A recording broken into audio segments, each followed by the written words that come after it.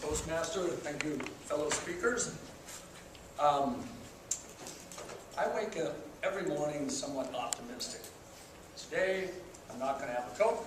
Today, I'm not going to drink coffee. I can do this.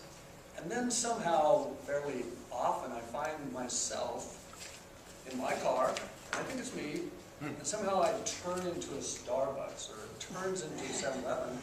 There's some phase, kind of hazy time, and I come out and there's a Coke or a coffee. And after I finish it, I'm optimistic again. I'm not going to do that again, maybe for the rest of my life. And yet, 4 hours later, somehow my car or truck ends up back in a 7-Eleven. I don't understand this.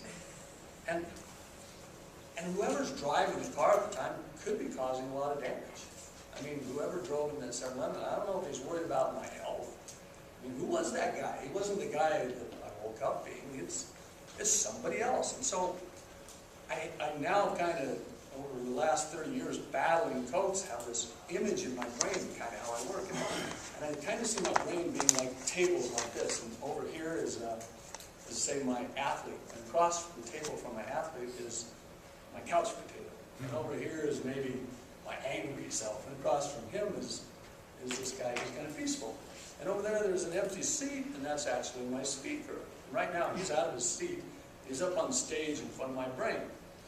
And my brain's all watching me be the speaker for a while. And I want to be the speaker, and I want to do a good job right. And the speaker comes up, and he gets, there's kind of a chair he can be in, and he can stand or sit. And when he's in this chair in my brain, whenever the speaker moves his arm, look at that, what? Or the speaker does this, look, my arms go up. And so that guy is in charge of my body. He's in a chair, and he's the speaker. And I chose right now to be the speaker. I don't know, there was somebody else in that chair earlier this morning driving my car, and it drove into a Starbucks. How did that happen? Who let him in that chair, and why does he get to go there? So what's my point, you might ask? I mean, what's this all about? I used to argue with my wife, and we were kind of frustrated with each other towards the end of our marriage, and occasionally our frustrations would sort of meet, and then we'd start arguing, and then I kind of felt like the chair got double wide because this angry guy would kind of share the chair. And we started to get a little more, arms are moving, and then all of a sudden there's no frustrated guy on the chair anymore. Now there's angry guys there. And the angry guy is doing stuff that he's just angry. He doesn't care about the speaker out there or the athlete. He's just angry. And then he starts saying things that are what angry guys say. And he might say something eventually that wasn't appropriate for an argument. And all of a sudden, he's not in the chair anymore. I don't remember throwing him out. All of a sudden, there's this apologetic guy in the chair going, oh, man, I'm sorry, I should have said that. That wasn't appropriate. I didn't mean it. I didn't mean to say that. And then my wife, she's still on a roll, so she's kind of hammering me a little more. And I'm being apologetic for a while, but then after a while, next to being sorry, it slides in Mr. Frustration, or all of a sudden, I can feel the circle going around again. Now I'm getting frustrated. And maybe next, he'll move over, and there's anger all over again.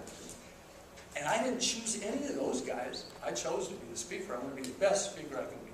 I wanted to do a good job. When I'm a father of my kid, I want to be the best father I can be. But the guy driving in the 7-Eleven, that guy that just had an argument with my ex-wife, I didn't choose any of those roles, yet I got wrapped up in them entirely. And they represented me poorly.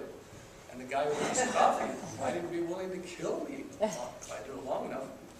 And so, my struggles remind me of some other people, because over 30 years of dealing with this, I've tried to figure out if it's just me that works like this. And so I kind of saw a couple of people that remind me of this, and I think of Oprah. Oprah is obviously a smart chick. Tons of money. She's got psychologist Bill, she's got workout box, she's got all this support. And yet I saw her a while back and she was heavy again. And I'm thinking, with all that support and all that intelligence, she's looking kind of big. And I would bet that's a big issue for Oprah is weight control and stuff. And women seem to think that's important. Or what about another example I think of is Larry Miller.